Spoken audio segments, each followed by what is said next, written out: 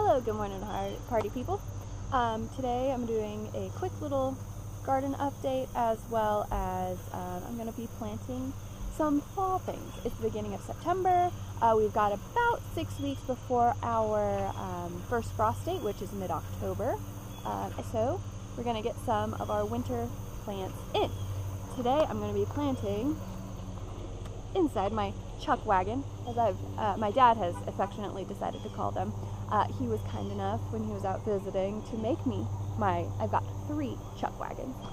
So it's just PVC pipe tucked into the sides of my raised bed with a crossbar, with a zip tie, and of course some netting.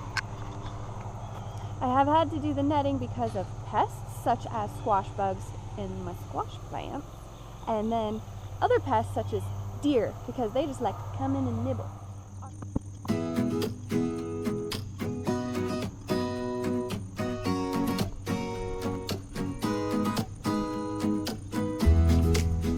Okay, so what I'm planting in this particular bed is kale and ruby red Swiss chard. I love kale. James likes kale. So it's always a winner. I've had this obviously for quite a few years. It's sell by date of 21, but it's been good for me. So I am going to put them in here, and then I'll interspace it with Swiss chard. This is new to me. I've never grown Swiss chard before, but I don't know. Let's do it. I've eaten Swiss chard before, and it's quite lovely. And this one is actually made for this year. So I'm going to get this in the ground. Here we go.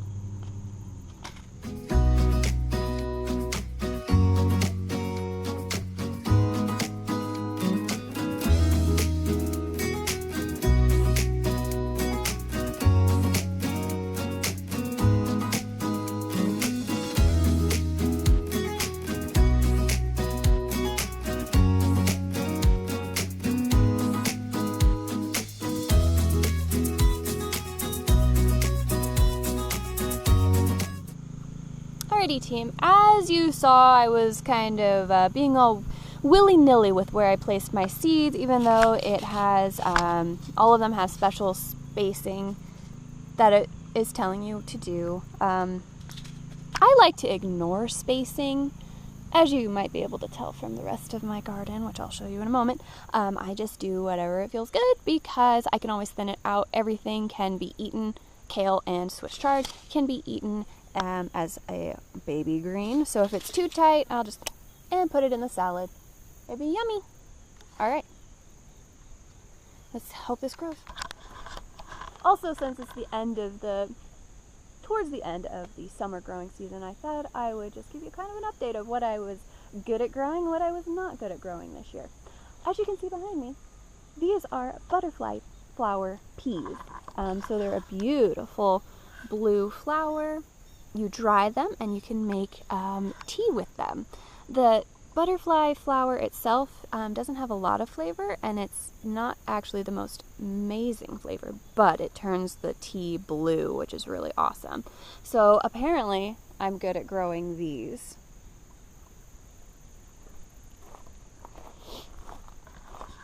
These are my tomatillo plants. I kind of got these on a whim, so I didn't stake them properly, as you might be able to see, but I'm fairly successful at growing these guys. They grow a lot like a tomato plant, so putting them in proper structure would be a good idea next year. So that's on my list of things to do. Apparently I can grow these pretty well. I've already made 1 batch of salsa verde, so I'm going to do another batch this afternoon. And this bed, apparently I'm really good at growing okra. This is Jing orange okra, and I let this one kind of go. I've been feeling under the weather lately, so the garden has been somewhat neglected, which it's lucky we got about an inch of rain yesterday. But next year, as you can tell by my forest, it's taller than me. Yes, it's in a raised bed, but I mean, like, come on. So next year I will be growing this again. People like it. It's fun. It's interesting. I love the flowers. The flowers look like a hibiscus. So I'll be growing these again next year. With these smaller ones, it's not quite market day, and this one is going to be the size of this one in the next day or two. So I'm going to make okra pickles. So that'll be fun. Also, the deer don't like this. This is some other pest that's gotten to this, but since it's really prickly, the deer don't like this. So what I'm probably going to do next year is make a border of it, probably one row along the outside of all of my outer beds.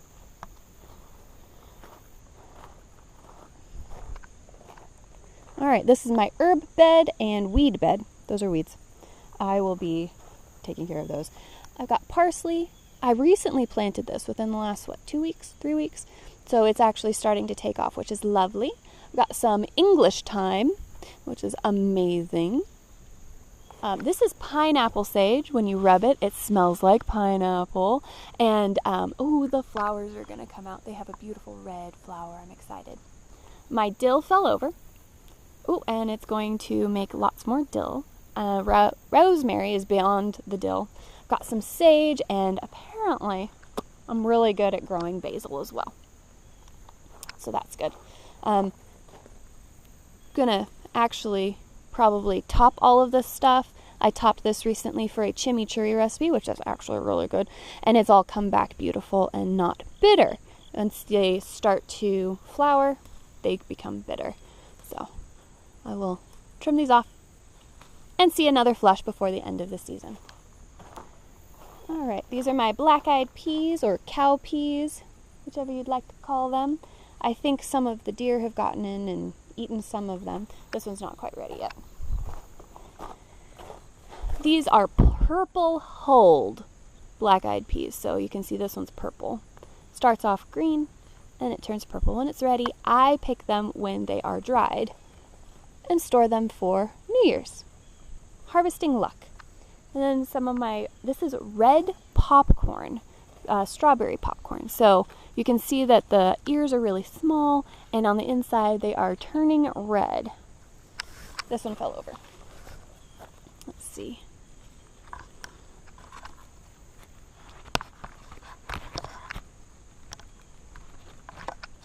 You can see on the inside that the kernels are red. So it's a decorative corn, but apparently this one you can also actually, I guess you would shuck it, take it off the cob, and have popcorn with it. So that's cool. Under these structures and all of this, I've got some black beans growing. So inside here, they dry and they're black beans. The deer have liked these, so again, teepees and netting. And some serranos. Apparently I'm good at growing peppers, so we'll be doing that again this year. Ooh, and I'll show you this. These are my zucchini that are surviving in the chuck wagon. So we have a really bad squash bug problem apparently, and all of my previous zucchini was eaten, and it was sad, and it made me very sad. I think I got one zucchini off of the 4 plants I planted earlier this year.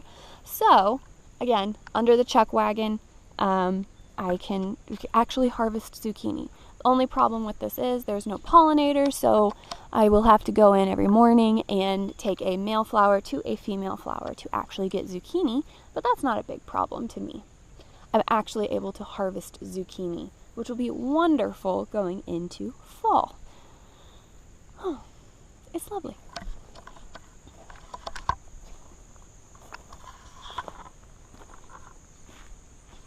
Alrighty team, stay tuned for more farm adventures.